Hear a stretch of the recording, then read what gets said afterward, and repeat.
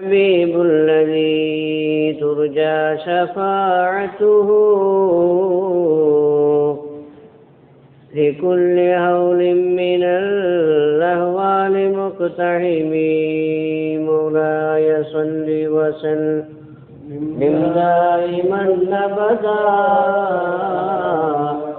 على حبيبك خير للخلق كلهم. السلام عليكم ورحمة الله وبركاته.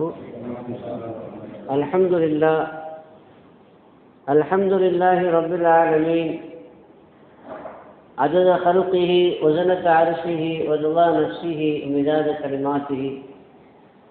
سبحانك لا علم لنا إلا ما علمتنا إنك أنت العليم الحكيم. اللهم صل على سيدنا محمد وعلى آل سيدنا محمد وبارك وسلم عليه. أشهد أن لا إله إلا الله وأستغفر الله وأسألك الجنة وأعوذ بك من النار. اللهم اغفر لنا يا غفار. அளவற்ற அருளாளன் நிகரற்ற அன்புடையோன் எல்லாம் வல்ல அல்லாஹுவின் திருப்பெயரால் துவக்கம். அல்லாஹுவை பயந்து கொள்ளும்படி தக்வாவின் அடிப்படையில் நம்முடைய வாழ்க்கையை அமைத்துக் கொள்ளும்படி முதலாக எனக்கும் உங்களுக்கும் உபதேசம் செய்து கொள்கிறேன். ரப்புல் ஆலமீன் இந்த புனிதமான மாதத்தில் நம்ம எல்லாம் அவனால் கபூல் செய்யப்பட்ட அவனது ரிவாவை பெற்ற நல்லவர்கள் நாதாக்கள் கூட்டத்தில் சேர்த்து அருள் புரிவானார். அவனால் நிராகரிக்கப்பட்ட அபாக்கியவான்கள் கூட்டத்தில் நம்மை சேர்க்காதிருப்பானார். அல்லாஹ்வுடைய மாபெரும் கிருபையினால் நாம் 18வது தராவியை நிறைவு செய்திருக்கிறோம். இந்திய தராவிகளையும் இந்திய காலங்களையும் நிறைவாக அல்லாஹ்வுடைய இபாதத் செய்வதற்கும் அவனுடைய ரிவாவை பெறுவதற்கும் பல ரமதான்களை பெறுவதற்கும் லைலத்துல் கத்ரை அடைவதற்கும் அல்லாஹ் தௌஃபீக் செய்வானார். உலகத்தில் யாருமே மறுக்காத, இதுவரை யாரும் மறுக்காத, யாரும் மறுக்க முடியாத நிச்சயமான ஒன்று எதுங்க?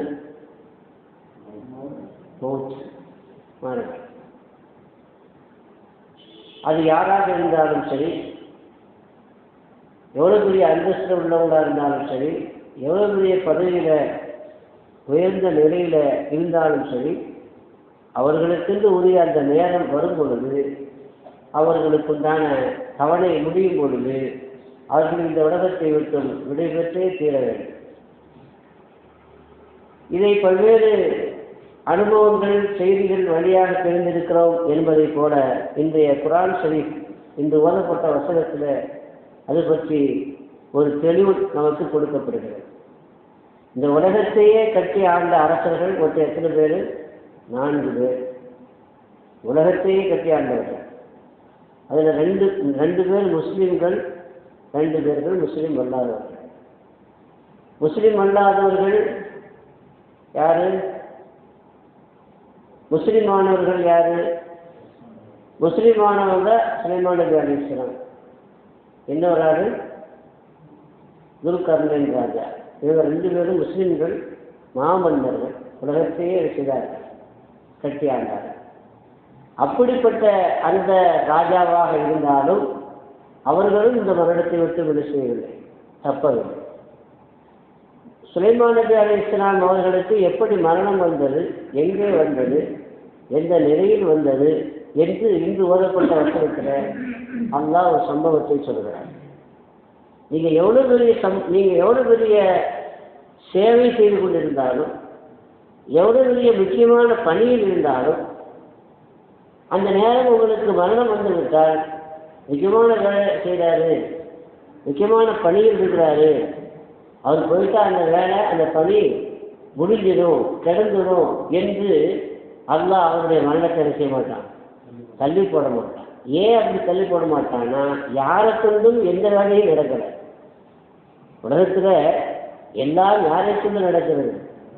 அல்லாஹை கொண்டு தான் நடக்கிறது என்பதை இந்த உலகத்திற்கு காட்டுவதற்கு அல்லாஹ் ஜல்ல விட்டாரா? நாம ஒரு குறிப்பிட்ட ஒருவர் குடும்பத்தினுடைய தலைவர் போயிட்டா குடும்பமே போயிடுச்சு அப்படின்னு நினைக்கிறோம்.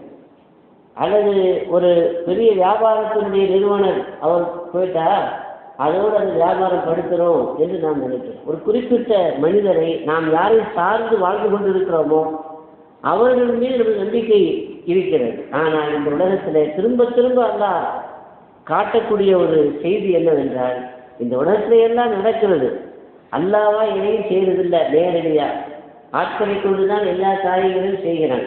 இது ஆலமுல் அஸ்பாப், காரணங்களை கொண்டு நடைபெறுகிற ஒரு காரிய உலகம்.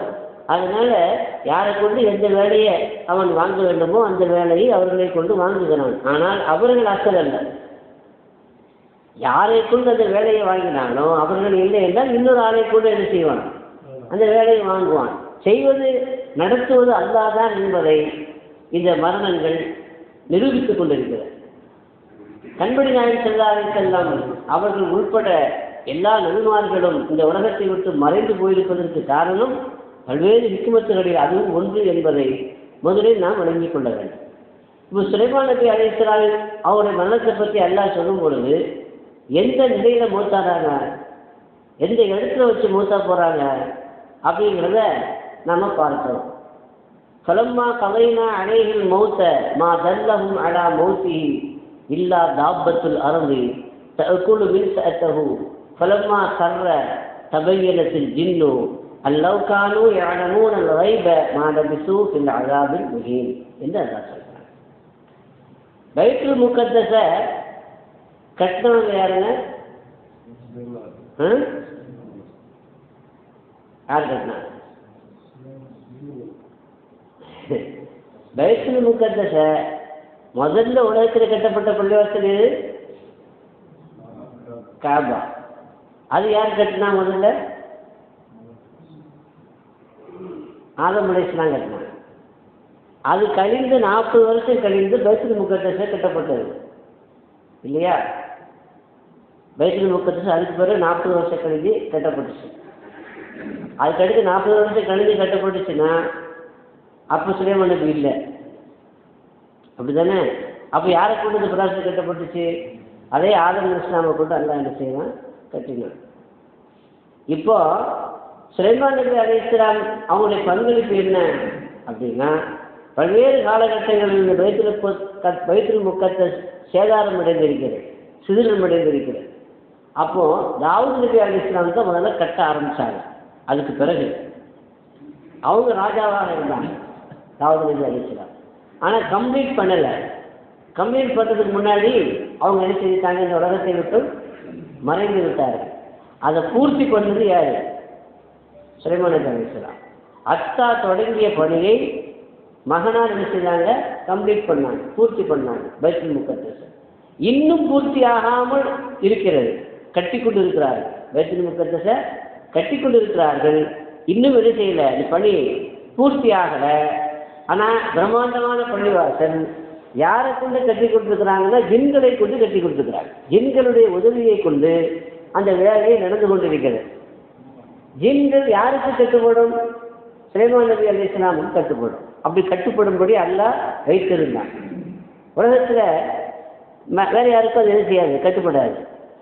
அது சம்பந்தப்பட்டவர்களுக்கு மட்டும் என்ன செய்யும்போது கட்டுப்படும். அந்த நேரத்தில் இப்போ ஜின்களை கொண்டு வேலை வாங்கிட்டு இருக்கிறாங்க. வேலை என்ன செய்யல, முடியல. வேலை முடியறதுக்கு முன்னாடி சுலைமான் நபியுடைய மௌத்துடைய நேரம் வந்துருச்சு. இப்போ அல்லாஹ் வேலை முடியலையே, பள்ளிவாசலுடைய வேலை முடியலையே என்பதற்காக வேண்டி சுலைமான் நபி அலைஹிஸ்ஸலாமுடைய மரணத்தை தள்ளி போட முடியுமா? அது அவனுடைய விதிக்கு மாற்றமானது. உலகி அல்லாஹு நஷ்டன் இதா ஜா அஜலுஹா. எந்த ஒரு ஆத்மாவையும் அதற்குரிய நேரம் தவணை வந்துவிட்டால் அது என்ன செய்ய மாட்டான்? பிற்படுத்த மாட்டான். அந்த விதி அது எல்லோருக்கும் தானே பொதுவான விதி. இந்த விதியின்படி சுலைமான் நபி அலைஹிஸ்ஸலாம் அந்த நேரத்தில் கரெக்டாக அந்த நேரத்தில் என்ன செய்து ஆக வேண்டும்? மௌத்தாக்கி ஆக வேண்டும், ரூஹை கபூல் கைப்பற்றி ஆக வேண்டும். ஆனால் இப்போ பணி முடியாத நேரத்தில், பணி முடியாமல் இருக்கிற சமயத்தில் மௌத்தாக்குனா வேலை பார்த்து கொண்டிருக்கிற ஜின்கள் ஆள் போயிடுச்சுன்னு தெரிஞ்சா அப்படியே விட்டுட்டு ஓடிடுங்க, அப்படியே விட்டுட்டு போயிடுவாங்க. அப்போ இடையில அந்த பணி அரைகுறையாக என்ன செஞ்சு விடும், நின்று விடும். அந்த பணியும் நிற்கக்கூடாது.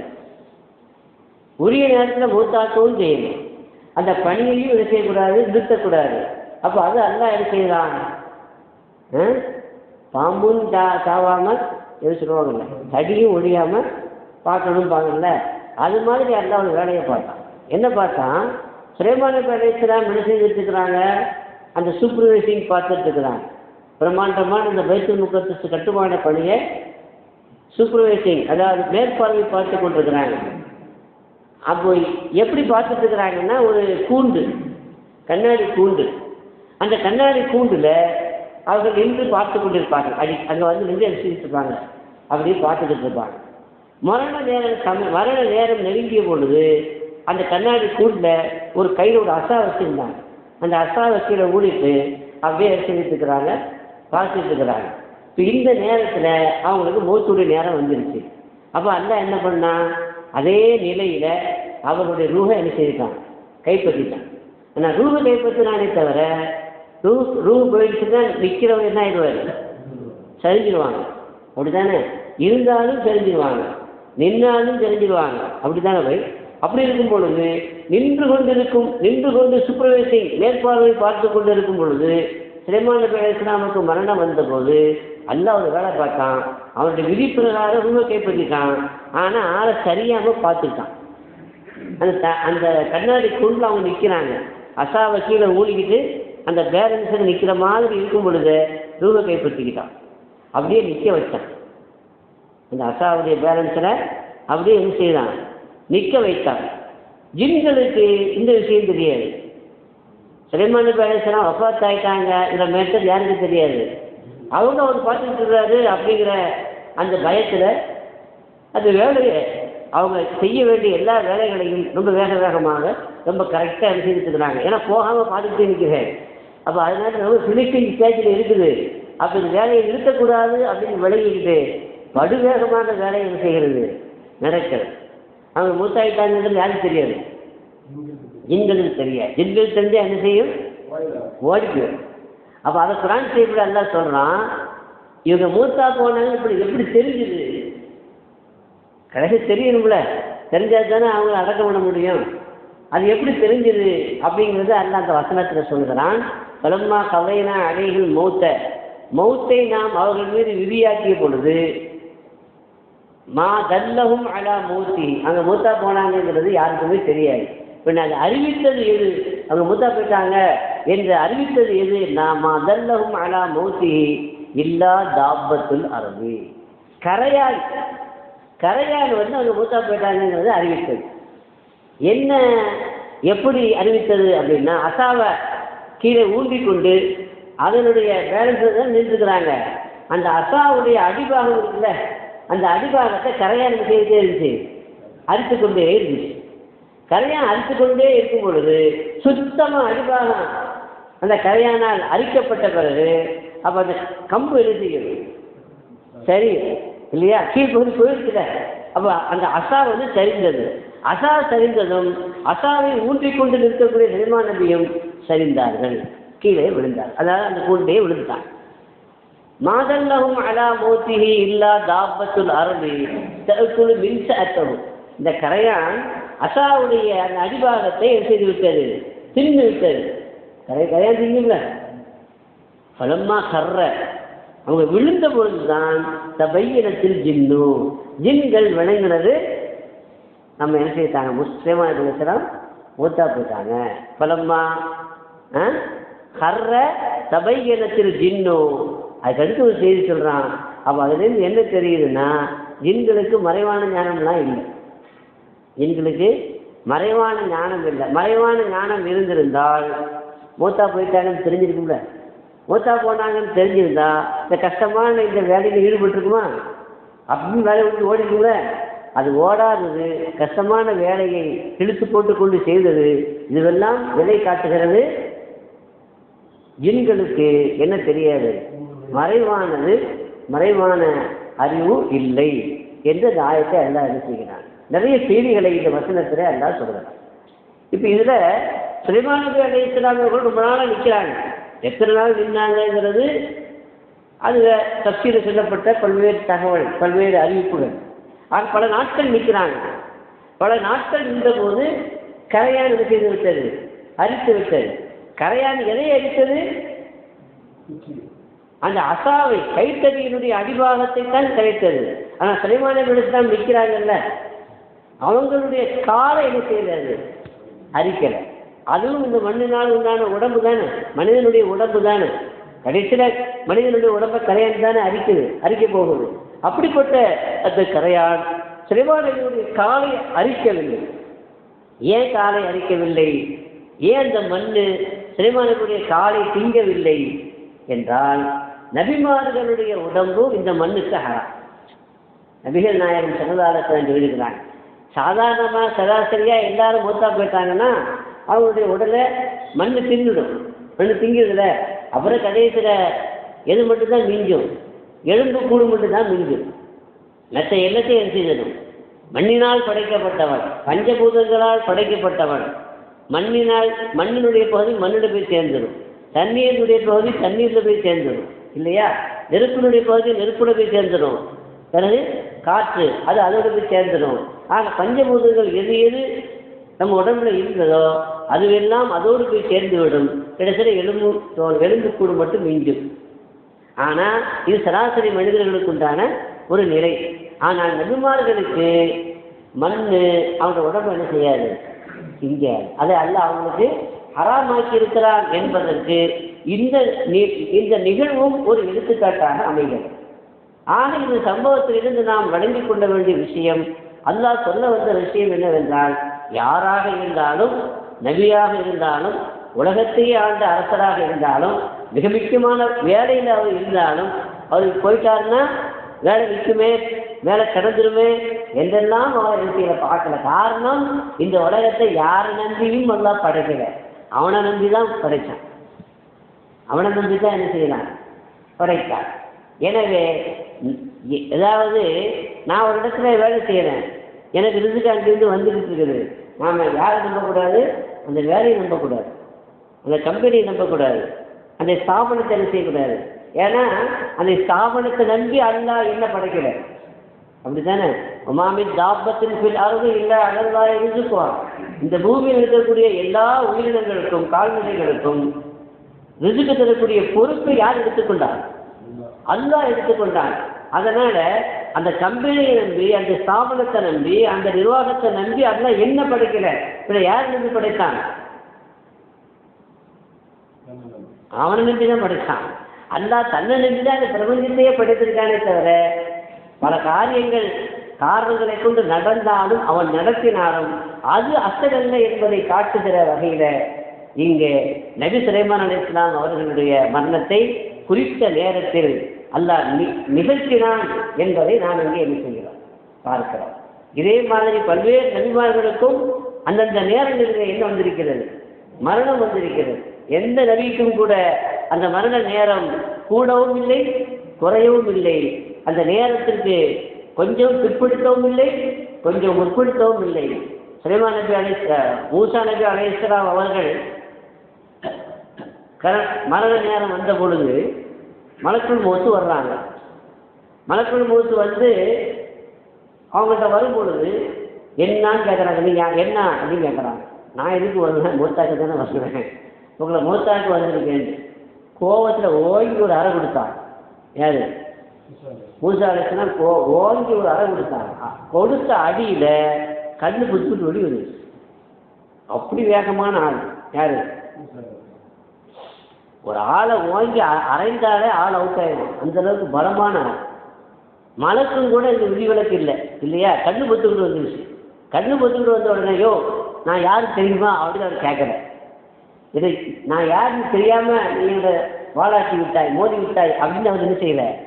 ஏன்னா நபிமார்களுக்கு ஒரு கண்ணியம் இருக்கு. அந்த கண்ணியத்தை அந்த மலக்குமார்கள் என்ன செய்யலை, மீறவில்லை.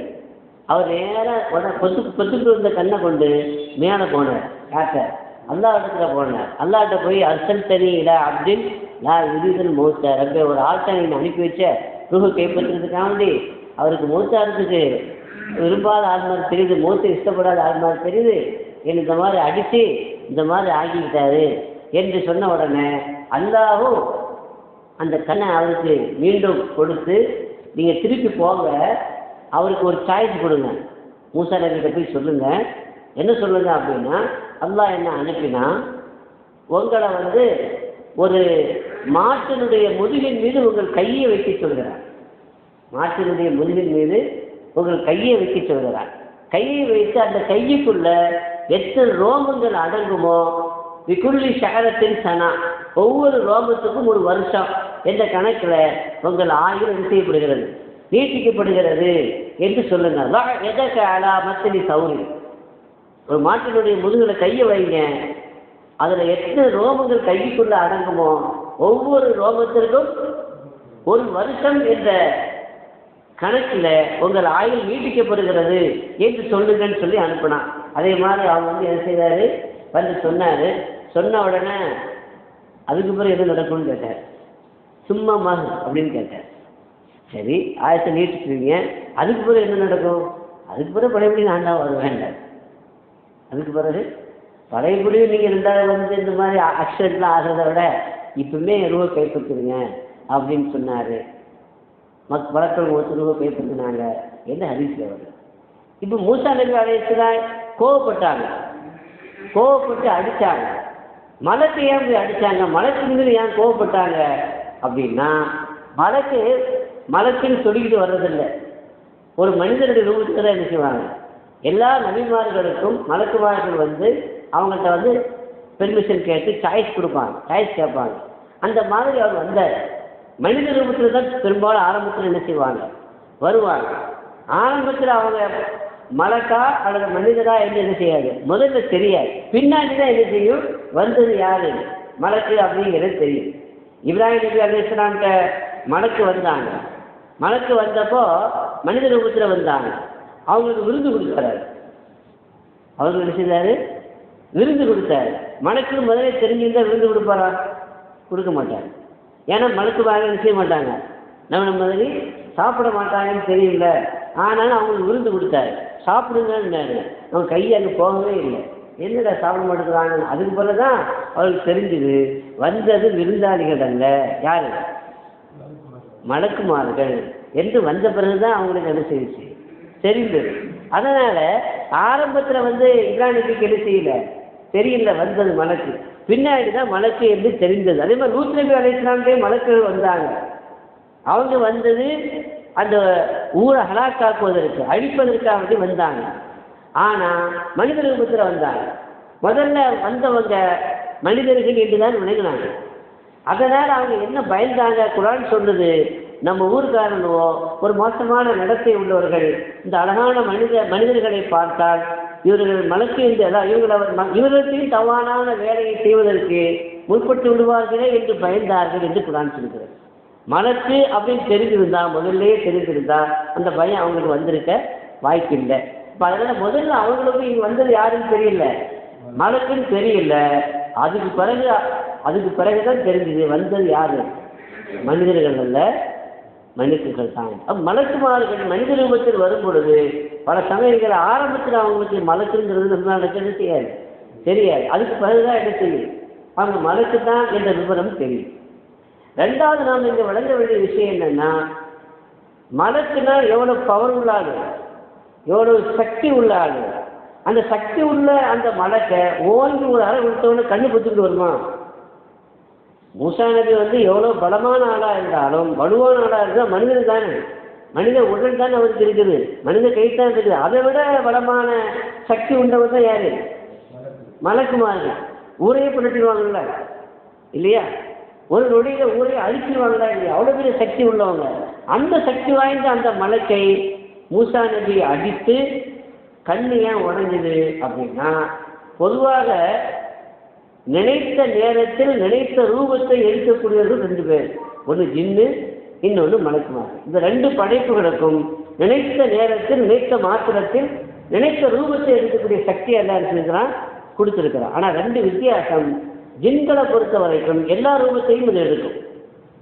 ஆனால் மலக்குமார்கள் கண்ணியமானவர்கள் என்பதனால எல்லா ரூபத்தையும் என்ன செய்ய மாட்டாங்க, எடுக்க மாட்டாங்க. நாயினுடைய ரூபத்தில் அவங்க எடுக்க மாட்டாங்க, வரமாட்டாங்க. அதே மாதிரி பன்றியினுடைய சிந்தியினுடைய ரூபத்தில் அவங்க என்ன செய்ய மாட்டாங்க, வரமாட்டாங்க. ஆனால் ஜின்னு எல்லா ரூபத்துலையும் வரும். சைத்தான் பெரும்பாலும் நாயின் ரூபத்தில் வருவான். அது கருத்த நாய் ரொம்ப டேஞ்சரானது. கருப்பாக இருக்கக்கூடிய நாய் ரொம்ப டேஞ்சரானது. சைத்தான் அந்த கருப்பு நாயுடைய சூரத்தில் அதிகமாக வருவதற்கு வாய்ப்பு இருக்குது. சரி, போகட்டும். ஆனால் எந்த ரூபத்தில் அவங்க வர்றாங்களோ அந்த நேரத்தில் அந்த ரூபத்தில் அவங்க இருக்கிற வரைக்கும் அவங்களுக்கு அந்த ரூபத்தினுடைய சக்தி தான் இருக்கு. இப்போ மனிதனுடைய ரூபத்தில் ஜின்னு வர்றாங்கன்னு வச்சுக்கோங்க, மனித ரூபத்தில் ஒரு மலக்கு வர்றாங்க அப்படின்னா மலக்கு ரொம்ப சக்தி உள்ளவராக இருந்தாலும் மலக்கு மனிதனுடைய ரூபத்தில் இருக்கிற வரைக்கும் அவருக்கு எது சக்தி தான் இருக்கும், ஒரு மனிதனுடைய சக்தி தான். அதே மாதிரி ஜின்னு ஒரு பாம்பு ரூபத்தில் வந்துச்சுன்னு வைங்க, ஒரு ஜின்னு பாம்பு ரூபத்தில் வந்துச்சு, ஜின்னை நம்மளால அடிக்க முடியாது. ஆனால் பாம்பு ரூபத்தில் வந்தால் அந்த ஜின்னு பாம்புடைய சக்தி தான் அதுக்கு இருக்கும். பாம்பை வந்து ஒரு தடியால் அடித்தா அது செஞ்சு போயிடும். இப்போ ஒரு ஜின்னு சக்தி வாய்ந்த ஜின்னாக இருந்தாலும் அது பாம்புடைய ரூபத்தில் வந்திருக்கும் பொழுது அது வாங்கி அடித்தா அது இறந்து போய்விடும். ஆக எந்த சூரத்தில் எந்த ரூபத்தில் அவர்கள் இருக்கிறார்களோ அந்த ரூபத்தில் உண்டான படைப்புடைய சக்தி தான் அவங்களுக்கு என்ன செய்யும். அந்த அடிப்படையில் மலக்காக இருந்தாலும் மனித ரூபத்தில் வந்த காரணத்தினால அவங்க என்ன செஞ்சுட்டாங்க, வாங்கி அறிந்த உடனே அவங்க என்ன செஞ்சுட்டாங்க, இறந்துட்டாங்க. இறக்கல, கண்ணு குத்துக்கிட்டு வெளியே வந்து விட்டது. ரெண்டாவது தெரிய வேண்டிய செய்தி என்னென்னா, ஏன் மூசா நபி அலைஹிஸ்ஸலாம் கோவப்பட்டு மலக்குள் மௌத்தை அடித்தாரு? மௌத்தாக்கு வந்தேன் அப்படின்னு சொன்னால் அதுக்காக வந்து இந்த மாதிரி கோவப்படுறதா அப்படின்னா, முதல்ல மனிதன் அவரை வந்து என்னன்னு தெரியாது, மலக்குன்னு என்ன செய்யாது, தெரியாது. மலக்குக்கு தெரிஞ்சாலும் கூட அவருக்குள்ள ஆசை ஒன்று இருந்துச்சு. என்னன்னா, நல்லோர்கள் நாதாக்கள் நபிமார்கள் அடக்கம் செய்யப்பட்ட பைத்துல் முக்கத்தஸில் வச்சு நம்ம மௌத்தான்னு நினைச்சார் மனுஷன். ஏன்னா இப்போ அவங்க இருந்தது அங்கே வெளியில் பைத்துல் முக்கத்தஸுக்கு அவுட்டரில் தீங்கிற மைதானத்தில் இருக்காங்க. இந்த நேரத்தில் நமக்கு மூத்து வந்துருச்சேங்கிற வேகத்தில் கோபத்தில் வந்தது மலக்கு அப்படின்னு முதல்ல தெரியாது. அப்படியே தெரிஞ்ச பிறகு கூட அது மலக்கு அப்படிங்கிற சிந்தனையை விட நமக்கு மௌத்து நாம் விரும்புகிற மாதிரியான ஒரு நல்ல இடத்துல வரலையே என்ற ஏக்கத்தில் அடித்தால் என்று செய்யலாம். ஏன்னா நபிமார்கள் கூட தவஃபனி முஸ்லிமன் வாழ்க்கைனி பிஸ்ஸாலிஹீன், என்னை முஸ்லிமாக மூத்தாக்கு, என்னை சாலிஹீன்களோடு நல்லவர்களோடு சேர்த்துவை ரப்பே என்று அவங்க என்ன செஞ்சிருக்கிறாங்க, துவா செய்திருக்கிறாங்க. யூசுப் அலைஹிஸ்ஸலாம் துவா செய்யலாம். அப்படி நபிமார்கள் நாம் முஸ்லிமாக மூத்தாகணும், அடக்கம் செய்யப்படுகிற அந்த இடம் எப்படிப்பட்ட இடமா இருக்கணும், நல்ல சாலிஹான நல்லோர்கள் நாதாக்கள் அடக்கம் செய்யப்பட்ட இடமாக இருந்தால் நல்லோர்களுக்கு பெய்யக்கூடிய மழை எல்லோருக்கும், அதே மாதிரி அவர்களுக்கு வரக்கூடிய அந்த ரஹமத்து நமக்கும் இறங்கும் என்ற ஒரு நிலை, அந்த அடிப்படையில் அவங்க விரும்பினாங்க. ஆனாலும் மூத்து வந்துருச்சு, வேறு வழி இல்லை, என்ன செய்து ஆகணும். அப்போ மூத்தா சொன்னாங்க, அதுக்கு பிறகு நான் மூத்தா தான் ஆகுவேன், இதுவே என்னை மூத்தா ஆக்கிடுங்க. ஆனால் என்னுடைய ஆசை ஒன்று இருக்குது. அல்லாட்ட துவா செய்தாங்க, அல்லாஹ் நான் வந்து பைத்துல் முக்கத்தஸில் மூத்தாகணும்னு என்ன செய்தேன், விரும்பினேன், அந்த பக்கத்தில் மூத்தாகணும்னு நினச்சேன், ஆனால் அது நடக்கலை. அதனால் ஒரு வேண்டுகோள், ஒரு துவா செய்தாங்க. இவங்க நபிமார்களை பொறுத்தவரைக்கும் ஜனாசாவை தூக்கிட்டு போக முடியாது. ஒரு இடத்துல வஃபாத்தானாங்கன்னா அவங்க உடனே என்ன செய்ய முடியாது, வேறு இடத்துக்கு தூக்கிட்டு போகக்கூடாது. அதனால் அங்கே தான் அடக்கம் பண்ணி ஆகணும். இங்கே அடக்கம் பண்ணாலும் கூட என்னுடைய உடம்பை என்னுடைய உடலை இந்த பூமிக்கு அடியிலேயே கொண்டு போய் நீ எங்கே கொண்டு வச்சிரு, பைத்துல் முக்கத்தஸ் பக்கத்தில் வச்சிருந்தான். பைத்துல் முக்கத்தஸ் வைன்னு தெரியல, பைத்துல் முக்கத்தஸுக்கு பக்கத்தில் கொண்டு வச்சிரு என்று துவா செய்தாங்க. அதனால் சட்டப்படி அங்கே அடக்கம் செய்யப்பட்டாலும் அல்லாஹ் ஜல்ல தஆலா கபூர் வெளியில் இருக்குது, ஆனால் உள்ளுக்குள்ள உடம்பை என்ன செய்துட்டான் பைத்துல் முக்கத்தஸ் பக்கத்தில். அதனால தான் மூசா நபியோட கபூர் எங்கே இருக்குது அப்படிங்கிறது இன்று வரை கன்ஃபார்ம் இல்லை. யூதர்கள் வந்து மூசா நபி தலைவர் தானே, அவங்க வந்து மூசா நபி கபூரணி கொண்டு இருக்குது ஒரு இடத்துல. ஆனால் அதுக்கு அவங்க முக்கியத்துவம் கொடுக்கலக்காக கன்ஃபார்ம் இல்லை, அவங்களுக்கு இது கன்ஃபார்மாக தெரியல. சொல்கிறாங்க நிறைய பேர். ரசூலுல்லாஹி ஸல்லல்லாஹு அலைஹி வஸல்லம் சொன்னாங்க, அந்த கபூர் எங்கே இருக்குது அப்படிங்கிறது நான் இப்போ அங்கே இருந்தால் உங்களுக்கு காட்டுவேன்னு சொன்னாங்க. அப்போ ஸல்லல்லாஹு அலைஹி வஸல்லம் இங்கே இருந்து சொல்கிறாங்க, நான் அங்கே இருந்தால் என்ன செய்வேன் உங்களுக்கு காட்டு. ஒரு சிகப்பு மணல் மேடு, அந்த மணல் மேட்டுக்கு கீழே அவருடைய கபூர் என்ன செய்கிறது இருக்கிறது, நான் அங்கே இருந்தால் உங்களுக்கு நான் காட்டுவேன் என்று சொன்னார்கள் கண்மணி நாயகம் ஸல்லல்லாஹு அலைஹி வஸல்லம். ஆனால் கூட இப்போ மூசா நபி கபூர் என்று ஒன்றை கட்டி வைத்திருக்கிறார்கள். அது கன்ஃபார்ம் இல்லாத ஒரு செய்தி. ஆக மூசா நபி அலைஹிஸ்ஸலாம் விரும்பியபடி அந்த பைத்துல் முகத்தஸ் நபிமார்கள் அடக்கம் செய்யப்பட்ட இடம் இல்லையா, அந்த ஊருக்கு பக்கத்தில் கொண்டு போய் அல்லாஹ் வைத்தான் என்று வரலாறு சொல்கிறது. ஆக நபிமார்களாக இருந்தாலும் அவங்க விரும்புகிற இடத்துல மரணம் வரும் என்று அவங்க அந்த மரணத்தை எல்லாம் என்ன செய்ய முடியாது, தள்ளி போட முடியாது. ஆனால் எந்த இடத்துல அவங்க இருந்தாங்களோ அந்த இடத்துல இருக்கும் பொழுது அந்த மரணத்தினுடைய நேரம் வந்து விட்டால் விதிவிலக்கே இல்லை, அல்லாஹ் ரூஹை என்ன செய்து விடுவான், கைப்பற்றி விடுவான் என்றால் நிச்சயமான ஒன்று உலகத்தில் மரணம். அந்த மரணம் யாருக்கும் தள்ளி போடப்படாது என்றால் எப்பொழுதும் வரலாம், எந்த நேரத்திலும் வரலாம், எந்த நிலையிலும் வரலாம் என்றால் நாம் அந்த மரணத்திற்கு முன்னதே ஆயத்தமாகிவிட வேண்டும். மௌத்தை விரும்பக்கூடாது. ஆனால் எந்த நேரத்தில் வந்தாலும் அதை எதிர்கொள்வதற்கு நாம் தயாராக வேண்டிய ஒரு மனநிலையில் நாம் இருக்க வேண்டும் என்பதைத்தான் நமக்கு இஸ்லாம் கற்றுத் தருகிறது. ரப்புல் ஆலமீன் நமக்கு நல்ல மூச்சு வருவதற்கு தௌஃபீக் செய்வானாக. நல்லவர்கள் நாதாக்கள் அவர்களோடு சேர்ந்து அடக்கம் செய்யப்படுவதற்கும் அல்லாஹ் தௌஃபீக் செய்வானாக. பிஹக்கி சய்யிதினா முஹம்மத் வ ஆலி சய்யிதினா முஹம்மத் ஸல்லல்லாஹு அலைஹி வஸல்லம் வ ஆகிரு